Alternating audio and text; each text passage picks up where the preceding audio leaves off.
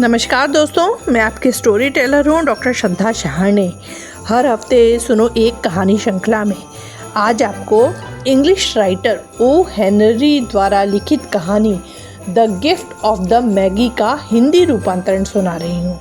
यह कहानी मैं क्रिसमस के अवसर पर आपको सुनाने जा रही हूँ। इस कहानी में एक युवा दंपत्ति हैं जो एक दूसरे को क्रिसमस का उपहार देना चाहते हैं, लेकिन वे अल्प बजट के कारण विवश हैं और एक दूसरे को उपहार देने के लिए वे अपनी अमूल्य चीज़ों का त्याग कर देते हैं। यदि आपको यह कहानी सुनने में अच्छी लगे तो ज़रूर किसी पास की लाइब्रेरी में जाकर इसे पढ़ने का प्रयास कीजिएगा। और आपसे यह भी निवेदन है कि मेरे चैनल को अधिक से अधिक सब्सक्राइब करें, कहानियों को अपने मित्रों को अधिक से अधिक शेयर करें और कहानी के अच्छे या बुरे लगने पर रिव्यूज़ कमेंट बॉक्स में ज़रूर डालें। $1.87 बस, इनमें से भी 60 सेंट के पैनी जो कभी किराने वाले, कभी सब्जी वाले तो कभी दूध वाले के साथ बड़ी होशियारी बरतकर बचाए गए थे, जिनसे सौदा करने में कंजूस होने का मुंह का आरोप सहते सहते शर्म से गाल लाल हो जाते थे। डेला ने 3 बार गिना, $1.87 और दूसरे ही दिन था क्रिसमस। ऐसी परिस्थिति में अपने गंदे छोटे से पलंग पर गिरकर सुबकने के अलावा और चारा ही क्या था, तो डेला ने वही किया। इससे इस बात की पुष्टि होती है कि ज़िंदगी आहों, उनसासों और मुस्कानों का नाम है, जिसमें उनसासों की प्रधानता है। आइए, जब तक यह गृहिणी दुख की एक सीमा से दूसरी में जा रही है, हम उसके मकान पर एक नज़र डाल लें। $8 प्रति सप्ताह का सजा हुआ फ्लैट, जिसका वर्णन तो क्या किया जाए। इतना ही कहना काफ़ी होगा कि कम आमदनी वाले लोग ऐसे ही मकान ढूंढा करते हैं। नीचे दरवाजे पर एक लेटर बॉक्स जिसमें कभी कोई पत्र नहीं आता और एक बिजली का बटन जिसे दबाकर कोई भी घंटी की आवाज़ नहीं निकाल सकता। उसी के बराबर लगी हुई एक तख्ती पर लिखा है मिस्टर जेम्स दिलिंगम यंग।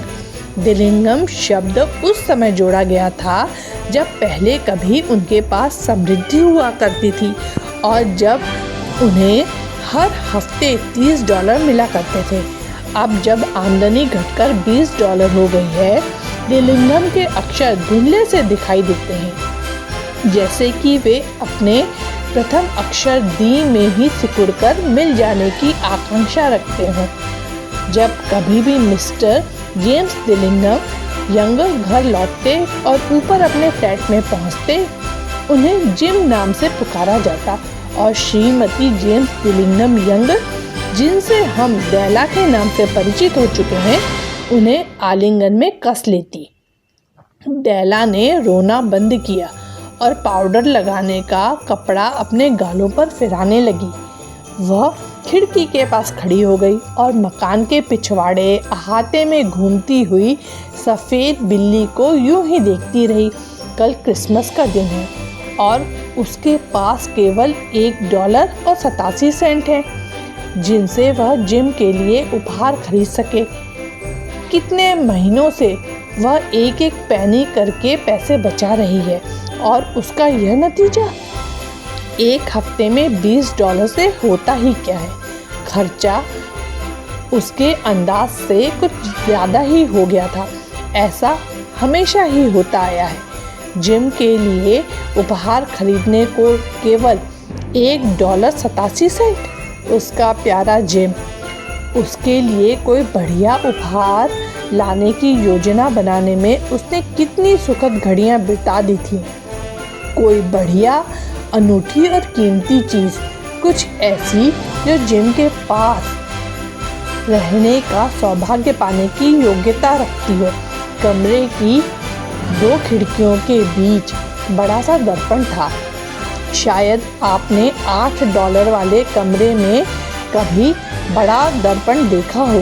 कोई बहुत दुबला और चपल व्यक्ति ही उन लंबी धज्जियों में छाया देखकर अपनी छवि का सही अनुमान लगा सकता था। दैला भी दुबली होने के कारण इस कला में निपुण थी। एकाएक खिड़की से घूमकर वह दर्पण के सामने जा खड़ी हुई। उसकी आंखें चमक रही थी, लेकिन उसके चेहरे से 20 सेकंड में ही रंग उड़ चला। उसने शीघ्रता से अपने केशों को खोल लिया और अपनी पूरी लंबाई तक उन्हें नीचे लटकने दिया।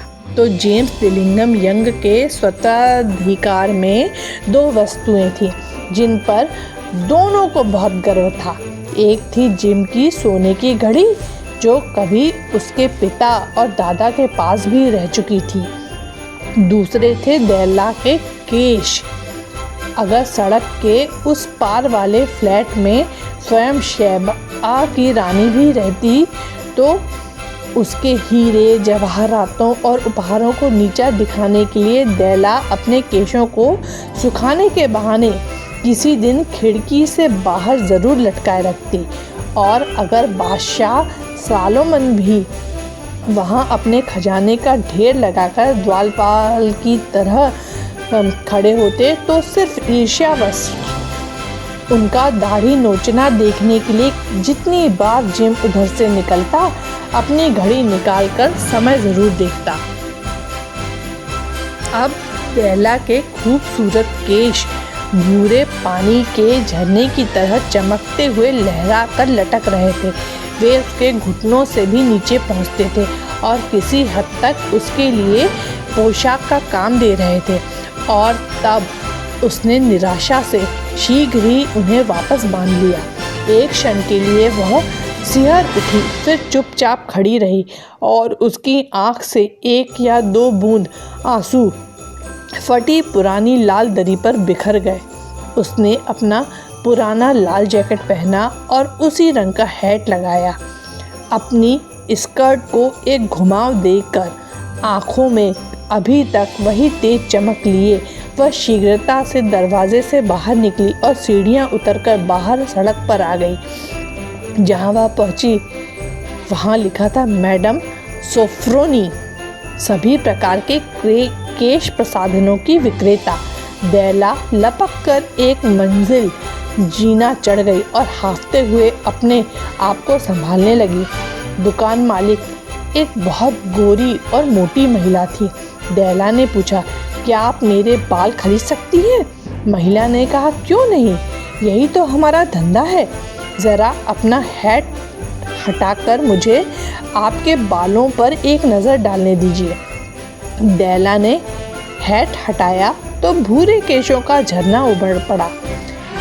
अपने अभ्यस्त हाथों में केश राशि को उठाते हुए महिला बोली, $20। ठीक है, जल्दी कीजिए, दैला बोली। और इसके बाद अगले 2 घंटों में मानो सुनहरे पंख पर उड़ गए।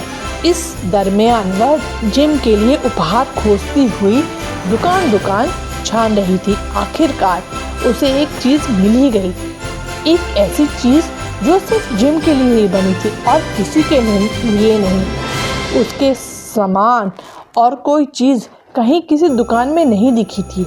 वह चीज़ थी एक साफ और सादी प्लैटिनम की बनी हुई जेबी चेन, जिसकी वास्तविक कीमत बाहरी टीम टॉम में न होकर उसकी धातु में थी, जैसे कि हर अच्छी चीज़ की होती है। वह जिम की घड़ी के योग्य थी। उसे देखते ही उसे लगा जैसे वह जिम के लिए ही थी। वह बिल्कुल जिम के जैसी ही थी, सादी और मूल्यवान। ये दोनों ही गुण उसमें निहित थे।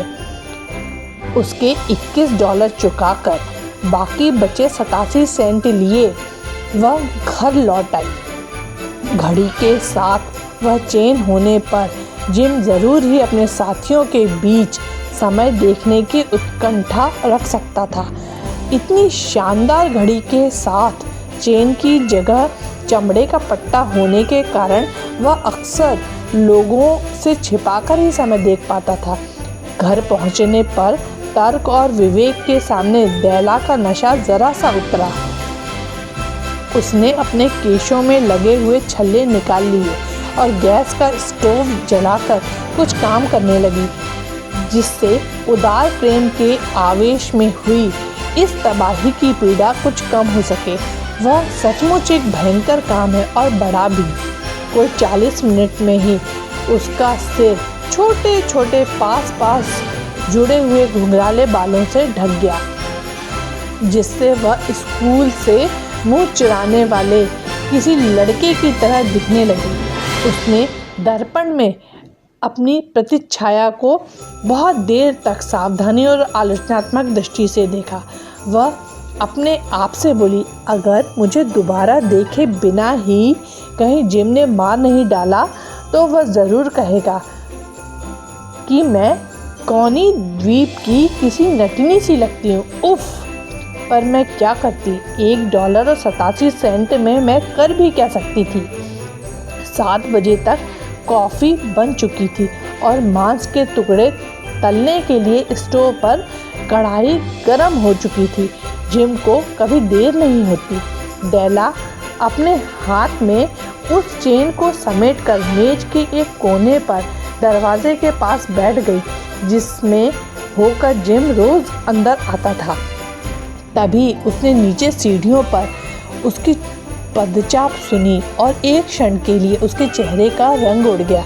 रोज़मर्रा की साधारण बातों के लिए भगवान से प्रार्थना करना उसकी आदत थी और तभी उसके होंठों से निकला, भगवान उसे ऐसी मति देना कि वह अब भी मुझे सुंदर समझे। दरवाज़ा खुला और जिम ने अंदर आकर उसे बंद कर दिया। वह दुबला और गंभीर दिख रहा था। बेचारा अभी सिर्फ 22 ही वर्ष का था। ऊपर से यह गृहस्थी का बोझ, उसे नए ओवरकोट की ज़रूरत थी और उसके पास दास्ताने भी नहीं थे। दरवाजे के भीतर आकर जिम थम गया, बिल्कुल वैसे ही जैसे बटेर की खुशबू पाकर शिकारी कुत्ता निश्चल हो जाता है। उसकी दृष्टि डेला पर टिकी थी और उसमें एक ऐसी व्यंजना थी जो उससे पढ़ी नहीं जा रही थी और इस कारण वह एकदम से डर गई। वह अभिव्यंजना न क्रोध की थी, न आश्चर्य की, न अस्वीकृति की, न आतंक की, न ही वह ऐसी कोई अनुभूति थी जिसे सहन करने के लिए डेला तैयार हो चुकी थी। अपने चेहरे पर वह विशेष भाव लिए वह डेला की ओर सहज घूरता रहा। डेला छटपटाकर मेज से उतरी और उसके पास गई, रुआसी होकर कहने लगी, मेरे प्यारे जिम, मेरी तरफ इस तरह मत देखो। मुझे अपने बाल बेच देने पड़े क्योंकि तुम्हें उपहार दिए बिना मैं यह क्रिसमस काट नहीं सकती थी। बालों का क्या, यह तो घर की खेती है, फिर उगाएंगे। तुम बिल्कुल चिंता मत करो जिम, मेरे बाल बहुत तेज़ी से बढ़ते हैं। क्रिसमस मुबारक जिम, हमें खुश होना चाहिए। तुम्हें पता नहीं मैं तुम्हारे लिए कितनी अच्छी, कितनी सुंदर भेंट लाई हूँ। क्या तुमने अपने बाल कटवा लिए? जिम ने काफ़ी प्रयत्न करते हुए पूछा, जैसे बहुत विचारने के बाद भी वह उस प्रत्यक्ष सत्य तक न पहुँच पाया हो। हाँ, कटवाए भी और बेच भी दिए, डेला ने कहा। क्या तुम मुझे पहले की तरह नहीं चाहते? बालों के बिना भी मैं तो वही हूँ, क्यों? जिम ने जिज्ञासा भरी दृष्टि से कमरे में चारों ओर देखा, फिर मूर्खों की तरह बोला, तुम कहती हो तुम्हारे बाल चले गए? डेला बोली, तुम उन्हें मत ढूंढो, उन्हें बेच दिया और चले भी गए। क्रिसमस की शाम है जिम, मुझे माफ़ कर दो क्योंकि मैंने उन्हें तुम्हारे लिए ही बेचा है। फिर एकाएक गंभीर स्वर में मिठास भरकर वह कहने लगी, शायद मेरे सिर के बाल गिनती के थे, किंतु तुम्हारे प्रति मेरे प्यार का कोई अंदाज़ा नहीं लगा सकता। क्या मैं तुम्हारे लिए पकौड़ियाँ बनाऊँ जिम? जिम जैसे बेहोशी से जागता हुआ सा लगा। उसने डेला को छाती से लगा लिया। अपने ओवरकोट की जेब से जिम ने एक पैकेट निकाला और उसे मेज पर फेंक दिया। बोला, मुझे गलत मत समझना डेला, दुनिया की कोई भी चीज़, चाहे वह बाल कटाना हो या और कुछ, तुम्हारे प्रति मेरे प्यार को कम नहीं कर सकती। लेकिन अगर तुम इस पैकेट को खोलोगी तो तुम्हें मालूम होगा कि पहले तुम्हें देखकर मैं क्यों स्तब्ध रह गया था। उसकी सफ़ेद अंगुलियों ने चपलता से उस कागज और डोरी को तोड़ा। पैकेट खुलते ही उसके मुंह से एक उल्लास भरी चीख निकली, किंतु अगले ही क्षण ये क्या हुआ? सहसा सब कुछ नारी सुलभ सिसकियों और आंसुओं के सैलाब में तब्दील हो गया, जिसे रोकने में गृह स्वामी को अपनी सारी तरकीबें काम में लानी पड़ी, क्योंकि मेज पर बिखरा था कंघे कंघियों का एक संग्रह, मांग में लगाने के और पीछे लगाने के, जिन्हें बाजार में बड़ी दुकान की खिड़कियों से देखकर पाने के लिए दैला ने कई दिनों तक भगवान से प्रार्थना की थी। सुंदर सुंदर कंघे, खालिस कछुए की हड्डी के, जिनके गोल किनारों पर जड़े हुए नग उन विलीन हो चुके केशों के रंग पर फपते थे। वह जानती थी कि वे बहुत कीमती थे और उसका निराश हृदय केवल उनकी चाहना भर कर सकता था। और अब वे उसके थे, किंतु वे घुंघराले बाल जो उनसे सजने की आकांक्षा करते थे अब जा चुके थे। दैला ने उन कंघों को छाती से चिपका लिया और धीरे से अपनी डबडबाई आंखों को ऊपर उठाकर मुस्कुराते हुए बोली, जिम, मेरे बाल बहुत जल्दी बढ़ते हैं। जिम ने अभी तक उसके उपहार को देखा नहीं था।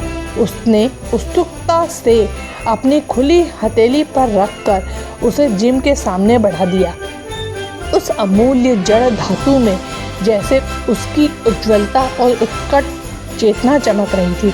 बढ़िया है कि नहीं जिम? मैंने इसके लिए सारा शहर छान मारा। अब तुम दिन में 100 बार घड़ी देखा करोगे। ज़रा अपनी घड़ी तो देना, देखूं तो यह उस पर कैसी लगती है। किंतु घड़ी निकाल कर देने के बजाय जिम बिस्तर पर लुढ़क गया और दोनों हाथों पर सिर को टिकाकर मुस्कुराने लगा। जिम बोला, दैला, इन क्रिसमस उपहारों को अभी अलग रख दो। अभी ये हमारे काम आने के लिए कुछ ज़्यादा ही अच्छे हैं। तुम्हारे कंघे खरीदने के लिए पैसों का इंतज़ाम करने की खातिर मैंने घड़ी बेच दी है। अब तुम अगर पकौड़ियाँ बनाओ तो कैसा रहे? यदि आपको यह कहानी सुनने में अच्छी लगी हो तो ज़रूर इसे अपने मित्रों को शेयर कीजिएगा और हैप्पी क्रिसमस कहिएगा। धन्यवाद।